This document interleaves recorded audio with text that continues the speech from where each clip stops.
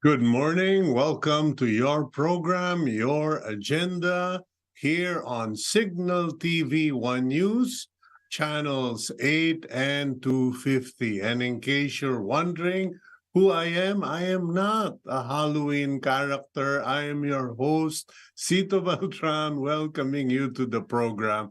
And in case you're wondering why is Cito being cautious, being slow and deliberate, well, this is the price I pay for not minding my health.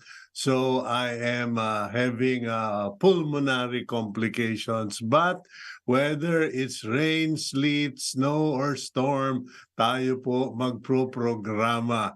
As our teachers in UP used to tell us, the only reason you cannot go on air is if you are dead. And if that is the case, you have to serve a 3-day notice. Okay. Anyway, welcome to the program. It's November 1. For those of you who are planning to go to the cemeteries, pakiusap lang po, make sure someone is watching the house, monitoring your surroundings, and of course, make sure you disconnect everything because time and again that has happened to our poor kababayans who went out to the cemetery only to find out later that their house burned or there was a fire because something was left plugged in. Paalala lang po yan. And please wear masks because there's still bugs, flu, etc., moving around, flying around, and the cemetery is too close for comfort in terms of human traffic. And ayaw po natin that you people would get sick, okay? So these are our friendly reminders. November 1, also, go to a quiet place in your house, say a prayer, or remember a loved one, the good things they did for you, and pray that they are resting in peace. Okay? So today, as I said, November 1, I'm actually optimistic, looking forward that this month will be even better than the past month. So do join us today. And first of all, I'd like to express gratitude to all of you who are Cignal TV subscribers, to those of you who watch us via Facebook and YouTube, and of course on the Cignal Play app. Maraming salamat po. It matters to us that you are with us in the Cignal family. And of course, thank you PLDT Home Fiber Optic Internet. Like here in Batangas, kayo naaasahan. Okay, let's now go to our daily starter. And today's daily starter from former IBM executive Tom Watson Jr. If you want to succeed, double your failure rate. Okay, and if there's someone who knows about failures and success, these are the people in the computer industry, in digital technology, because they were the ones who started it all. They had a lot of even Mac, the beloved Mac that you have, Apple.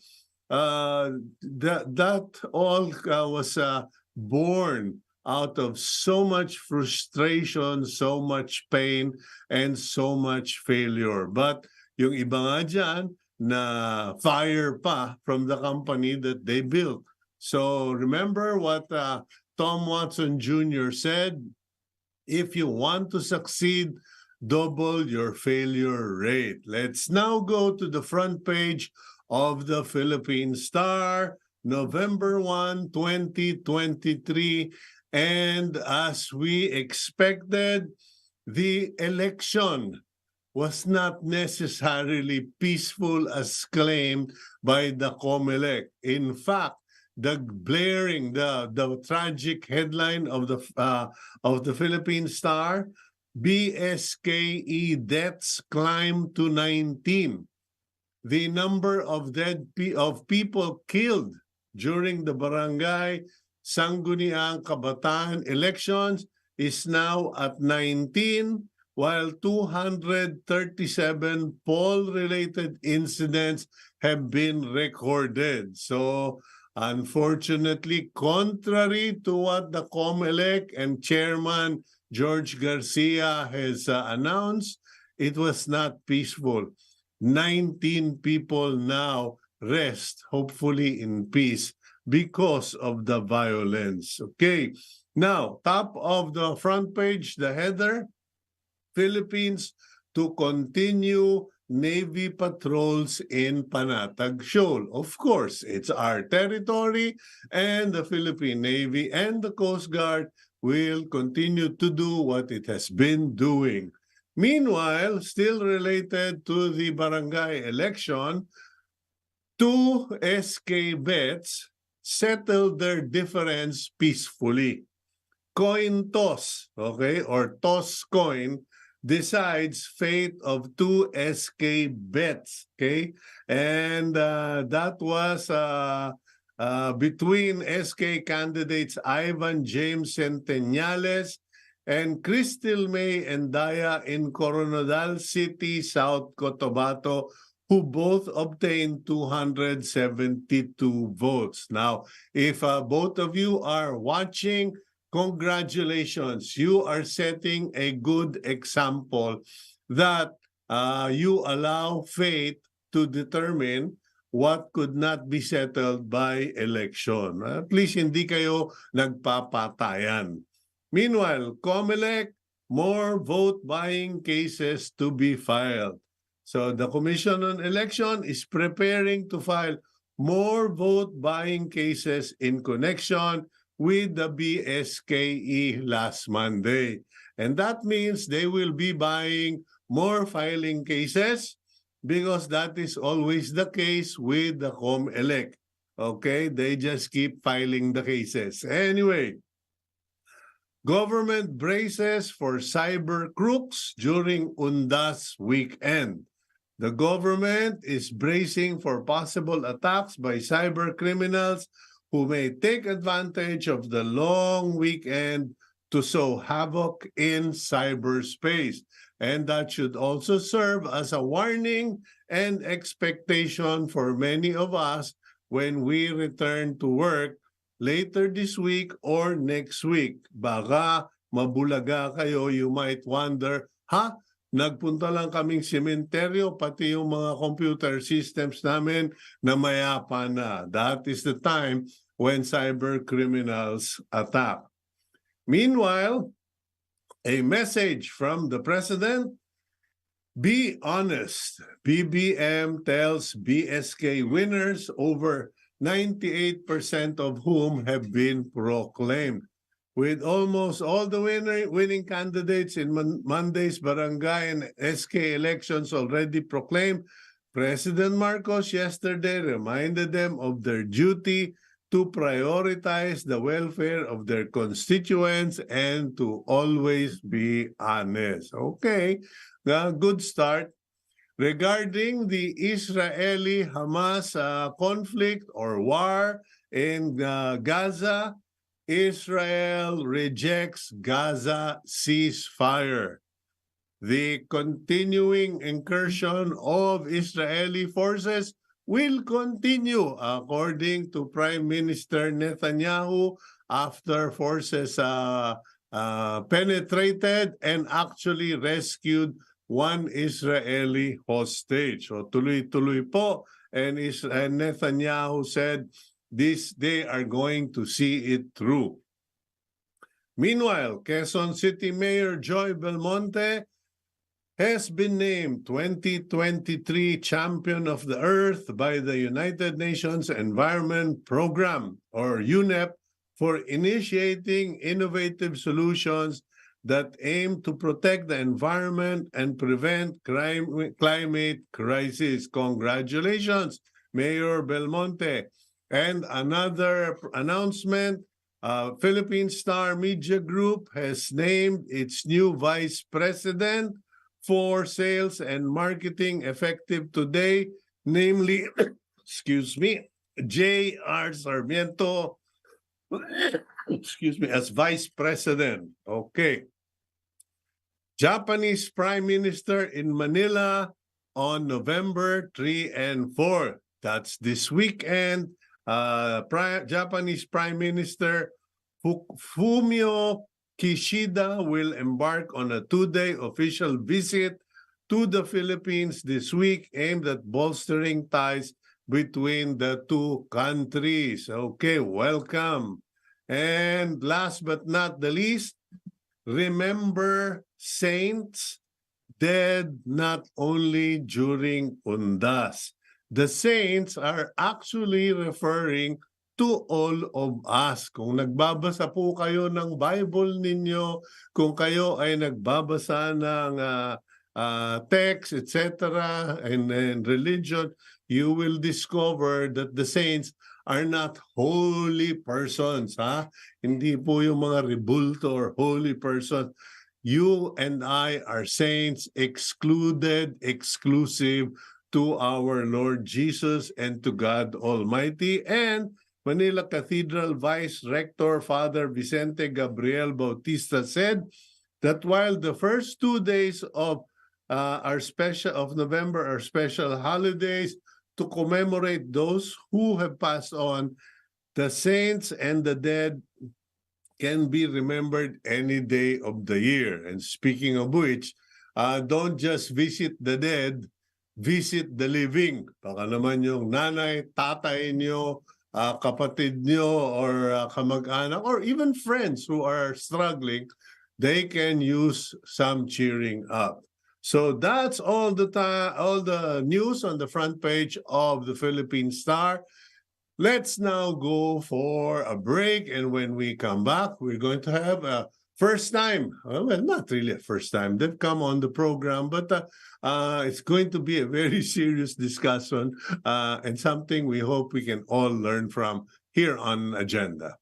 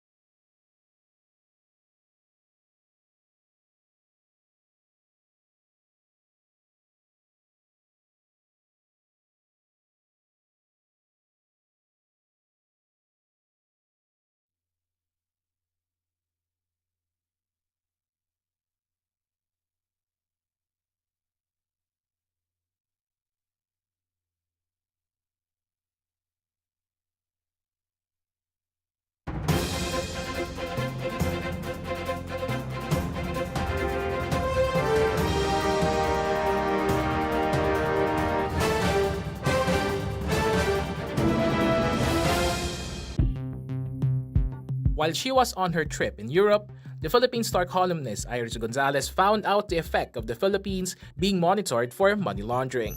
In her column, she shared her experience of being rejected for money exchange while abroad, as a result of the country being part of the Financial Action Task Force's Grey List. The Paris-based intergovernmental organization explained that the Philippines failed to address deficiencies in controls for anti-money laundering and combating financing of terrorism, or AML-CFT. To exit this list, President Bongbong Marcos previously ordered government agencies to adopt a new strategy against money laundering. This also led to the creation of the National AML-CFT Coordinating Committee, in which the Philippine Amusement and Gaming Corporation, or PAGCOR, serves as a member. How exactly can the Philippines shake off the label of being a haven for dirty money? Let's discuss the government's efforts on today's agenda. Attorney Dave Fermin Sevilla is the Assistant Vice President of PAGCOR's Anti-Money Laundering Supervision and Enforcement Department. Aside from this, Sevilla is also the acting chairman of the Supervision on Designated Non-Financial Businesses and Professions Subcommittee. He has also been representing the casino sector in the Philippine delegation for the Asia-Pacific Joint Group and Financial Action Task Force meetings. Good morning, Attorney Dave. Welcome to the program agenda. Good morning, Cito, and happy All Saints Day. Okay, I hope it is happy. Medyo, for those going to the cemetery, they're going to be tested today. Anyway, thank you for making time for us, and I'm sorry to impose on your holiday, but the subject matter was just too important to delay. Iris Gonzalez is a columnist of the Philippine Star. She is a well-read columnist. And what she shared was very disturbing for many Filipinos and readers of the Philippine Star. Because syempre nga naman, pupunta ka sa Europe, pagkatapos, of course, mabuti sa Europe, medyo hindi na sila naggagamit ng paper money, But still, there are places na you have no choice, and her experience was disturbing. What's your reaction to that, Attorney Dave? Yes, sir. It's really a problem for Filipinos. Ang pinakauna tatamaan po dito ay ating mga OFWs. As long as we are in the gray list, ay talagang magta-tighten po sila, mag-stricto po sila sa atin. And as long as we stay there, baka yung sanctions ay mag-increase and mas ano po mga fees sa ating OFWs. Including mga sa financial sector po, baka ang mga loans mas mataas, investments mas mataas, capital. Pati po sa amin sa casino industry, baka pati yung aming mga customers coming from abroad, baka mabawasan yan because we are still in the gray list. Okay. If you would, Attorney, ano ba yung gray list na yan? What is this gray list all about? And why did we end up there? Kasi sunod-sunod yun yung tanong ko, but para lang people understand, what is this all about? Ang gray list po, ito po ay rating na ginawa ng Asia Pacific Group on Money Laundering at ng FATF or Financial Action Task Force. So noong mga 2018 to 2019, renate po ang Pilipinas. Nag-evaluate po sila sa atin at tinignan nila kung sufficient na yung AML controls natin, AML Anti-money laundering controls. Anti-money laundering po and countering the terrorist financing. So sa kanila pong assessment ay hindi pa po ganun kalakas ang ating controls against AML CTF. So pag in short, hindi pa kayo pasado, dadalhin kayo sa gray list. In other terms, para po itong probationary. So ang tawag po dito ay intensive monitoring. So every year po, 3 times magre-report ang Pilipinas, ang Philippine delegation sa APG. Represent po natin yon to support our assertion na dapat na tayo makalabas sa gray list. Okay. Kailangan pong ma-address natin ang mga noted deficiencies na inano sa atin. So iniisa po nila yan. Ano po yung noted deficiencies? So meron po silang mga immediate outcomes and action plans sa FATF. Meron pa po tayong natitirang 5 sa immediate outcome. Ito po yung supervision of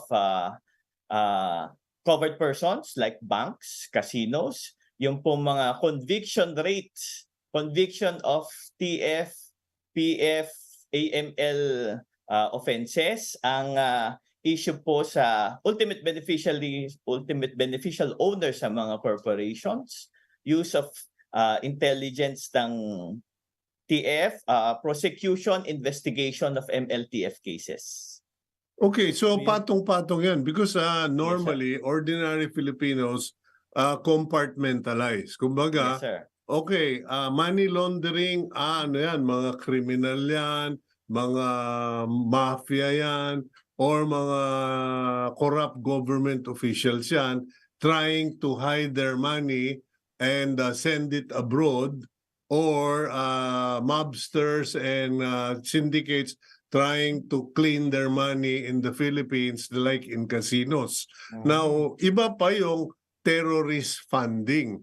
Saan ba tayo mas makasalanan according to these foreign groups? Why are we under extreme monitoring? Where did we fail the most? Sir, pareho lang according to the ratings, pareho lang po they did not differentiate na po kasi po ang mitigating measures o yung pong mga controls against AML ay same rin po sa terrorist financing. So for the casino sector, ang dinote nilang mga deficiencies namin o yung mga kakulangan ay kailangan daw naming mas i-monitor ang mga land-based casinos, yung po mga integrated resorts. Kailangan daw po naming i-monitor ng mas maigi ang mga internet gaming licenses namin o yung OGOs and POGO SPs, yung pong service providers. Mas kailangan po raw naming i-monitor yon. And then yung pong mga junkets, yung pong mga junket operators at junket players, kailangan po naming mas i-monitor yon. Okay, pero Attorney Dave, I was not under the impression that this is about PAGCOR. Parang okay na damay kayo kasi part of the group that's affected or being used could be casinos. But is this really all about PAGCOR operations or damay lang kayo dyan? No sir, part po kami ng buong Philippine system, Philippine AML system. Kasi po ang mga covered persons, divided po yan sa bangko at yung tinatawag naming designated non-financial businesses. In other words, yung po mga businesses na hindi po mga banks. Yung casino po ay kasama doon. So banks and non-banks yung pong casino, and sa huli pong National Risk Assessment, yung pong casinos ang biggest sector sa non-banking system. Ayun, okay. Kasi I'm trying to thank you for helping us simplify this. Kasi siyempre, ang tao pupunta, we will go to a money exchange guy in London or in The Hague, tapos sasabihin, sorry, limited exchange lang kayo. Pero bakit ganun? Why is the trading of currency the focal point now or a key point? Kasi it affected citizens traveling. Parang, hello, wala naman kaming kinalaman dyan sa mga money laundering na yan eh. Ang baon lang namin, $1,000, pinag-ipunan pa. Hindi pa kami makapagpalit.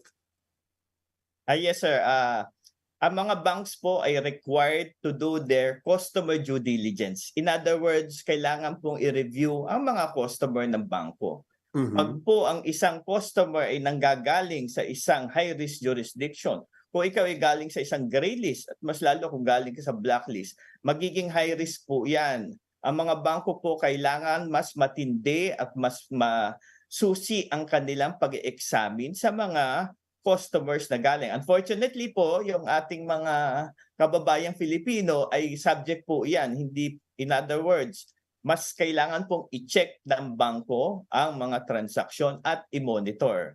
Kaya po, mas mataas ang fees kasi po mas ang manpower na gagamitin. Mas marami silang resources na gagamitin. Mas papahirapan yung ordinary citizen or yung estado? Because from what Iris wrote, it is the ordinary citizen who is being harassed, who is being punished for a system failure. Sir, ang effect po niyan mararamdaman mula sa estado up to sa individual citizen. Lalong-lalo na po yan sa mga OFWs, yung mga po magtatransmit ng pera, mas matindi po ang controls doon at malamang mas mahal ang i-charge sa kanilang mga transactions. Yung pinapadala. Yes, sir. Pwede paki-explain mo nga ng maigi yan, Attorney Dave, because hindi sumayad sa isip ko yan eh. Akala ko, alam mo na, Yung mga OFW naman, may mga boss yan. O sir, ma'am, kayo na lang magpadala sa kamag-anak ko, etc. para hindi na ako lalabas ng bahay. But you're telling me that even OFW transactions to or transmittals to the Philippines are affected? Yes, it will be affected. Kung noon po, kung hindi po tayo sa gray list, siguro ang mga fees, sabihin natin, for example, ay 2% lamang. Kung may OFW na nasa Europe na magpapadala sa Pilipinas, 2% lang ang charge ng bangko. Ngayon po, dahil po sa kailangang gawing checks ng bangko, i-check po sa system nila yan. Imo-monitor po nila yan from point A to point B. Ipapadecide po pa nila yan sa kanilang mga senior managers. Meron po silang list ng mga remittances yan. Yung 2% po ay magi-increase, maaring maging 3, 4 hanggang 5%.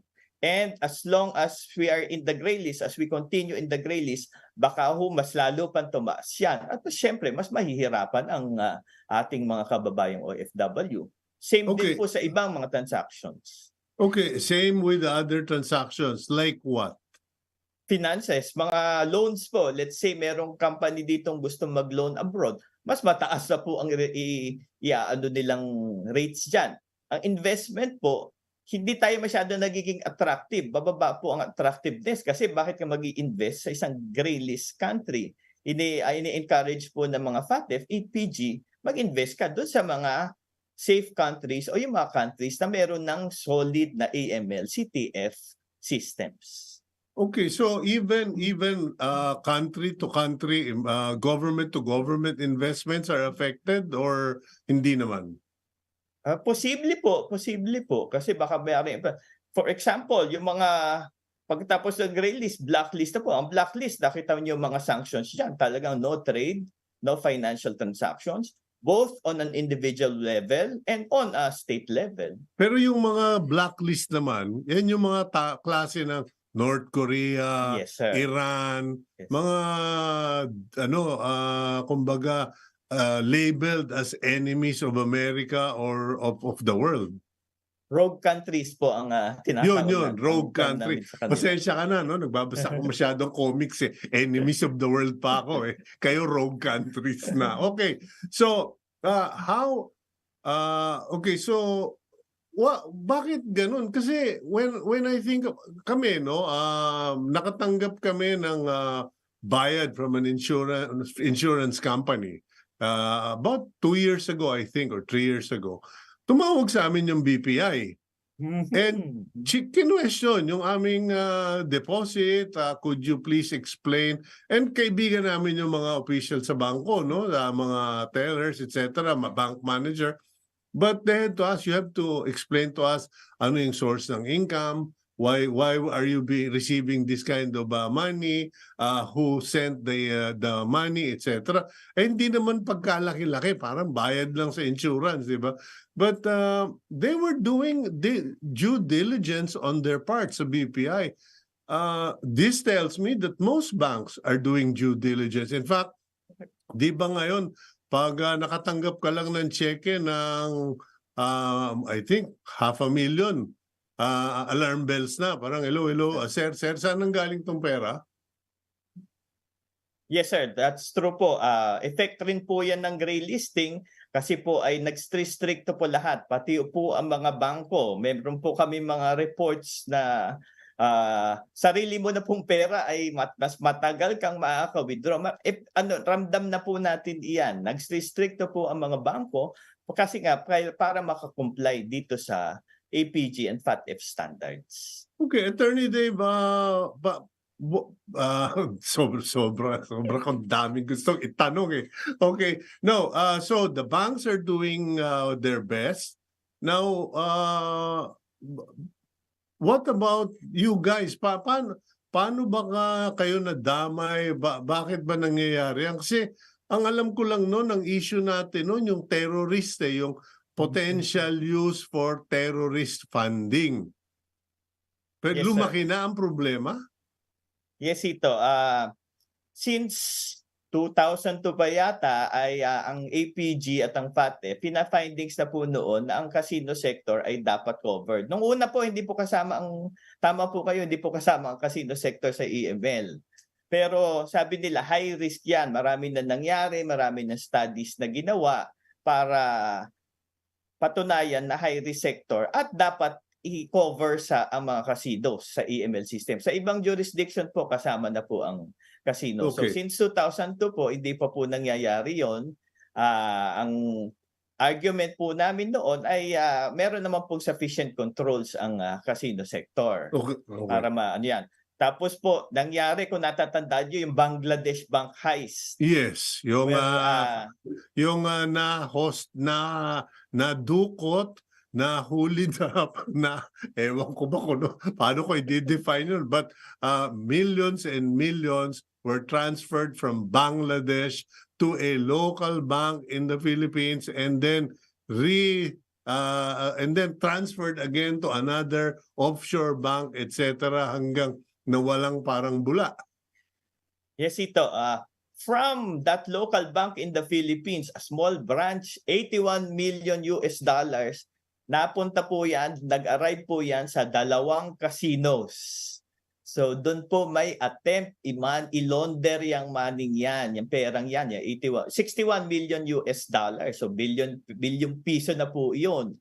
So from there, napatunayan po na talagang kailangan ng i-cover ang casino sector dahil ito ay magandang paraan para mag-launder ng money.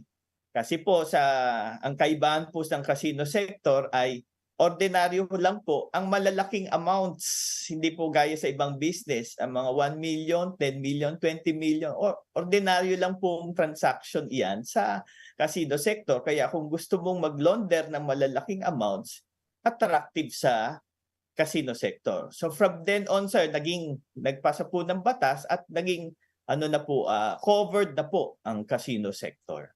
Okay, now ano po ba, Attorney Dave, ano yung mga examples? Bakit na pinupubata ka? Bata mo pa, no?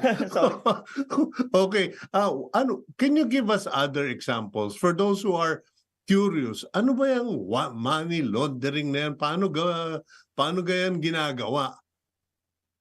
Sir, example lang po sa yung pong pinupunta ng APG at ng FATF sa amin sa casino sector.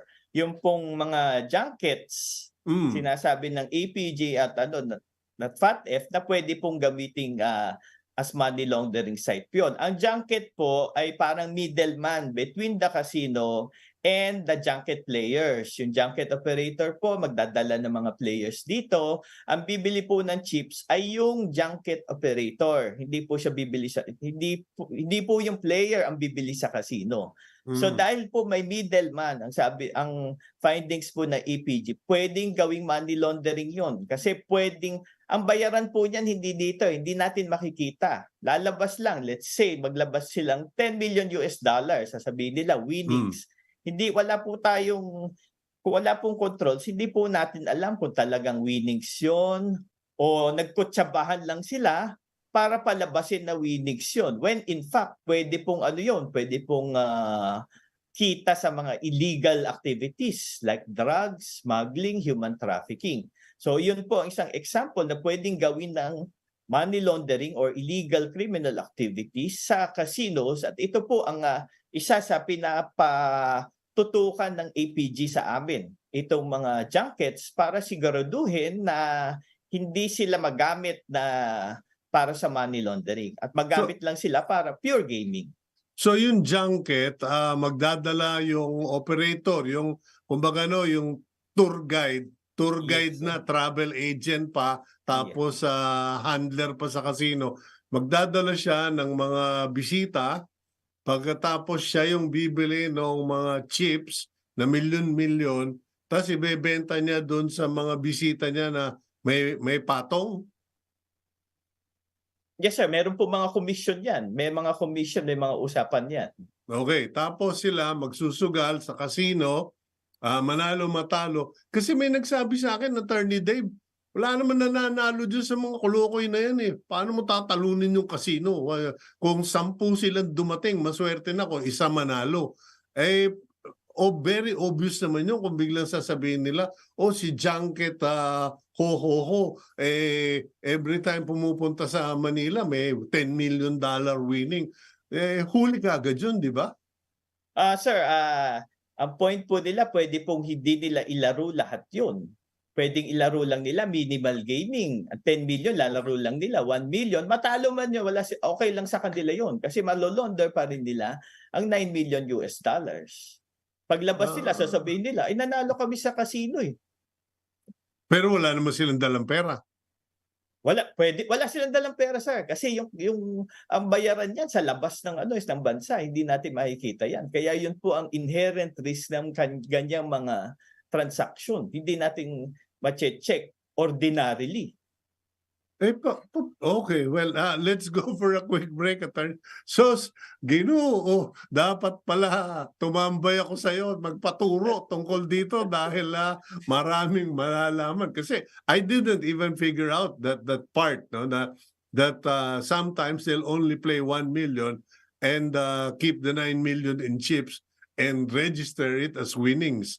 When in fact, naghugas lang sila. Ito 1 million para sa laundry. Amin na yung 9 million ulit. Anyway, we'll go for a quick break with Attorney Dave here and we'll be right back on agenda.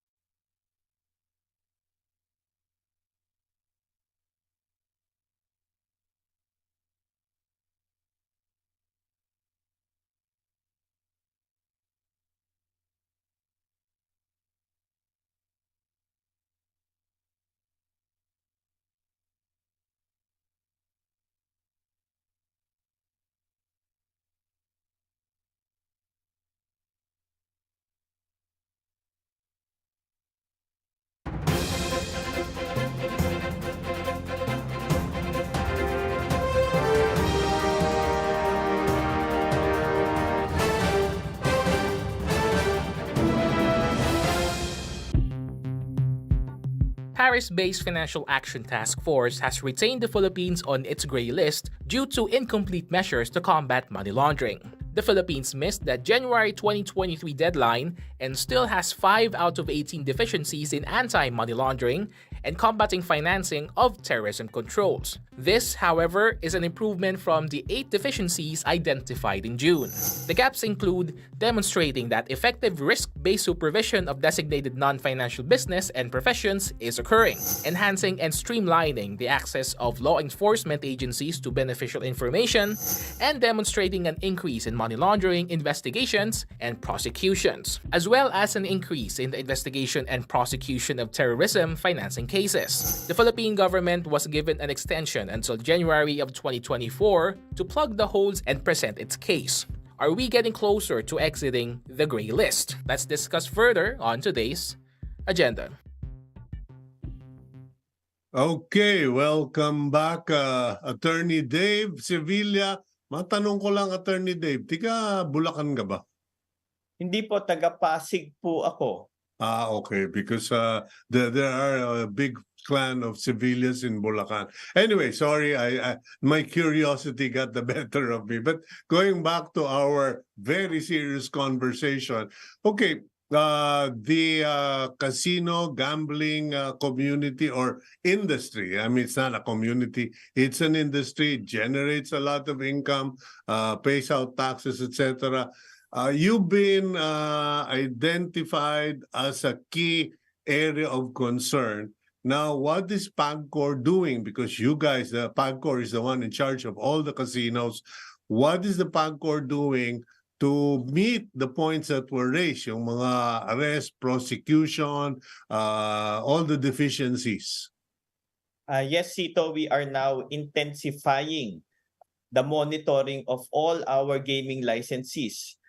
Covered po namin hindi lang po yung malalaking casino, covered po pati e-games, e-bingo, pogos, internet gaming, kami po nagmo-monitor niyan. So required po ng APG at FATF na ipakita namin na effective ang monitoring. So intensive na po ang monitoring niyan. Kung ang mga malalaki po namin casinos ay 100% po, chinecheck namin yan. Meron kami mga tao dyan, 24/7. Then yung mga iba pong mas maliliit na mga stations ay chinecheck rin po namin.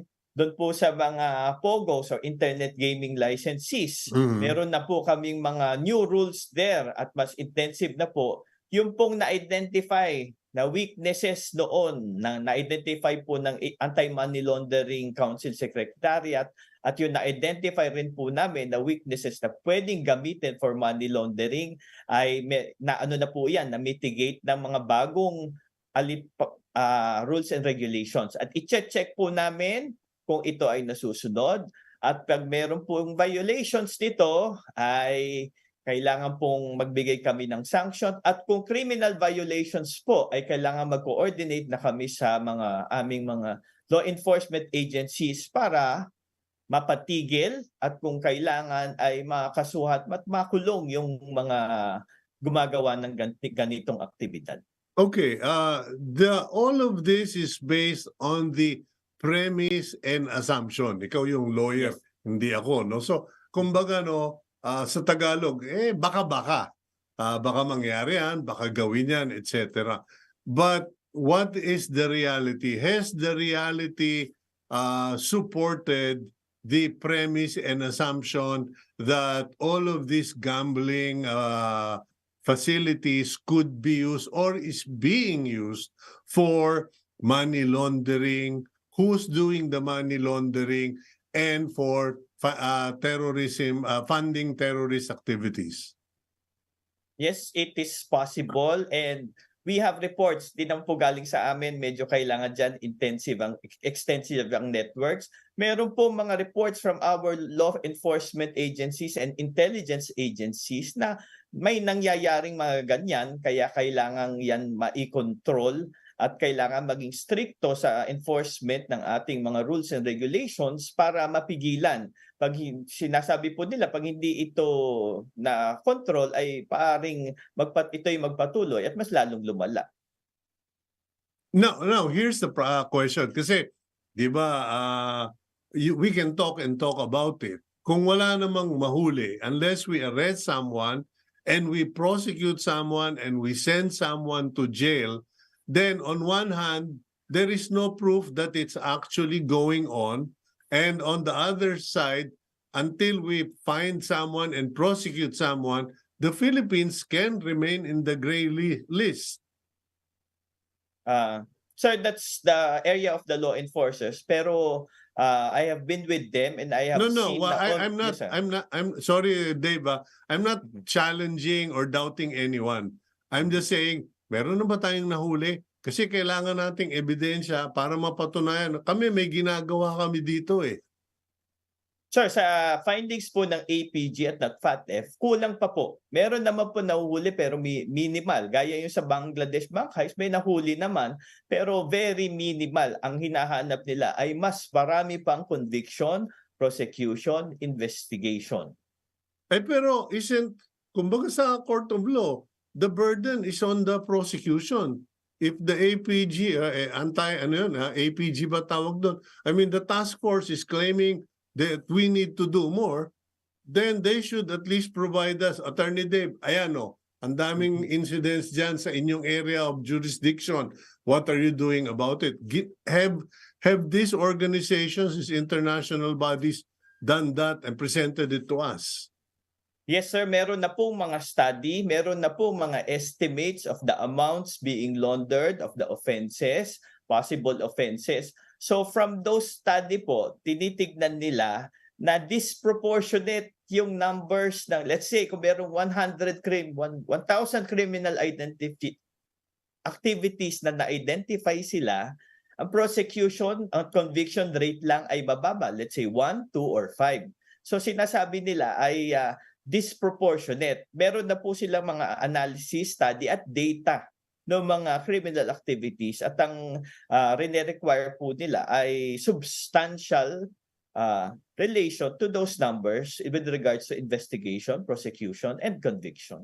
I don't want to put you in the spot, Attorney Dave, but Yes, sir. how credible, how reliable are their data? Because, I'm old enough to tell you that there have been international agencies who made claims, made presentations, and then when they were challenged, pakita mo nga sa amin yung prueba na pinagsasabi nyo, and then they suddenly just disappear. And I'm just worried here because ordinary Filipinos are already affected.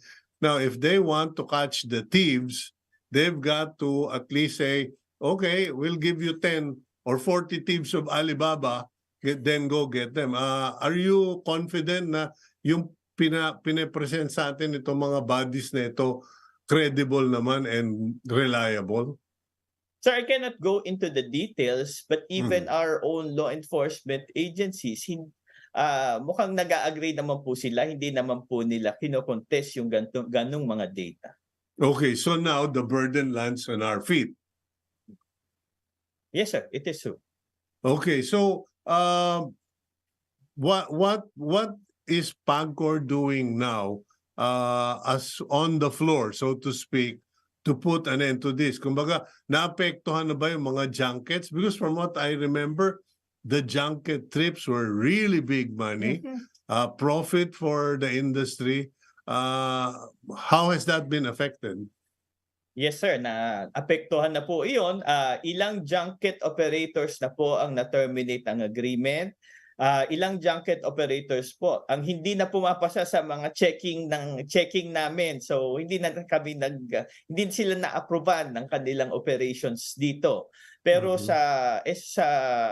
para po sa PAGCOR, kahit po may losses kami, as long as yung operators natin, mga licensees, mga junket operators are compliant, mas po rin yun. Mas okay pa yon kaysa naman payagan nating mag-operate yung mga may criminal activities or those engaged in unlawful activities. So kahit po bumaba ang income, okay lang po sa PAGCOR yon as long as compliant po yung mga ongoing nating mga operators. Is this a matter of necessity or of principle? Because I get the impression PAGCOR is a member of a international organization of operators. Tama po ba yun? Kasi yung president ba ninyo yun, he even went to Las Vegas just to announce the new image, the new name, etc.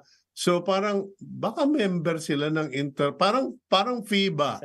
Parang basketball, di ba? Volleyball.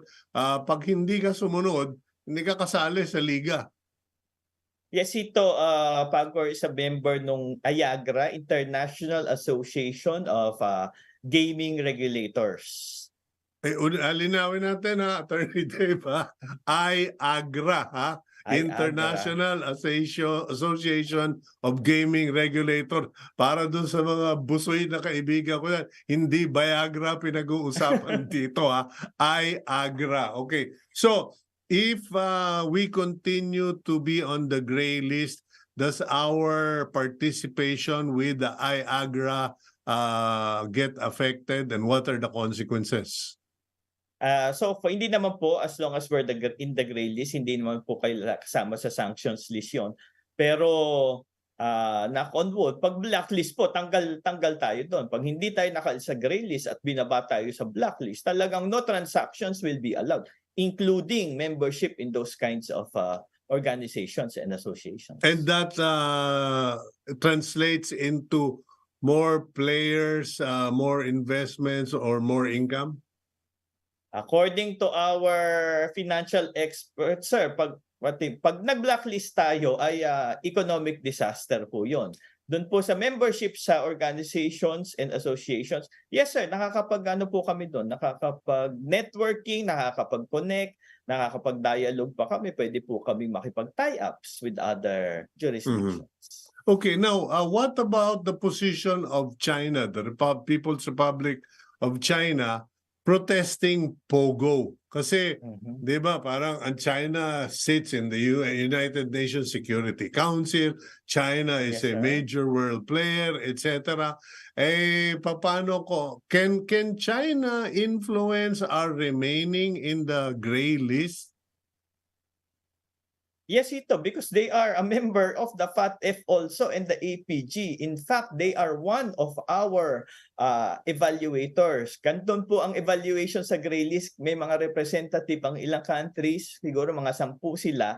And China is one of those evaluators. So meron po findings ng mga OGOs and OGO SPs. Hindi naman po sinasabi na bawal yan o itigil yan o hindi pwedeng ipagpatuloy yan. Ang sinasabi po nila ay to increase and intensify the preventive measures against money laundering in those activities, whether it's POGO, whether it's land-based, whether it's e-games and e-bingo. Yeah, but that's related to the subject matter. But as a whole, China has protested the continuance of offshore gaming in the Philippines because the number one victim, well, this was, 2 years back, the number one victim are Chinese citizens. So medyo bad trip na sila, and they're saying put an end to it. Now, in the back room, as they say, is this a part of the reason why we are not getting the votes to get out of the gray list? I cannot, kasi po nagmi-meeting sila, closed door. Wala naman po kami doon pag nag-evaluate na sila. So I cannot confidently answer that kasi po pag nag-evaluate sila, closed door sila. Dadating na lang po namin sa amin ay yung report. Pero China is definitely one of our evaluators. Okay, well, you've given us such an extensive explanation, Attorney Dave. But siguro, to be fair naman, para may pakinabang naman kayo sa amin, ano ba ang mga activities pa ng PAGCOR? I know you came out with a new logo, a new term for POGO, Internet Gaming Licensees, hindi na sila POGO, Internet Gaming License, IGL. Okay. Yes, so ano pa ang mga activities meron? Well, continuous po ang aming CSR or Corporate Social Responsibility, especially po with the lifting of the pandemic. So pwede na po kami full-scale operations. Continuous po ang aming construction. Pumayag na po ang DepEd ng construction ng school buildings which we'll find to be the most helpful to everyone. Ang mga hospitals po ay continuous pa rin po na designate po tayo na to focus also on the health sector. So I'm a champion of public health, Attorney Dave, and I've always been very transparent about that. I am on the public sector consultation of Rizal Medical Center. Tumutulong naman tayo sa ibang ospital. Now, what can the hospitals expect from PAGCOR? Because ang lagi ko na lang nadidinig, punta ka sa PCSO, baka mabigyan ka ng 50,000, etc. And my wife constantly tells me, why can't the Philippines just, why can't the PAGCOR just give the money to the hospitals and let the hospitals handle the situation because they're on the ground? What can hospitals expect from PAGCOR, attorney? Sir, ang expected po sa amin or ang directive po sa amin is to improve the medical facilities. We have several projects. Meron po kaming malaking project dyan sa Clark Regional Hospital po yun. Mga health centers, meron po kaming several in-line na ipatayong health centers. So, maaari, yun po ang aming concentration to improve the medical facilities. Tumutulong rin po sa amin yung mga licensees ng mga casinos. Meron po yung mga foundations na tumutulong. So hindi lang po PAGCOR ang nagpapatayo, tumutulong sa ating health sector. Okay. So hindi na kayo pwedeng puntahan ni mayor, congressman para sa basketball court, pailaw, etc. Sir, ang concentration po namin talaga ay yung mga health, education sectors.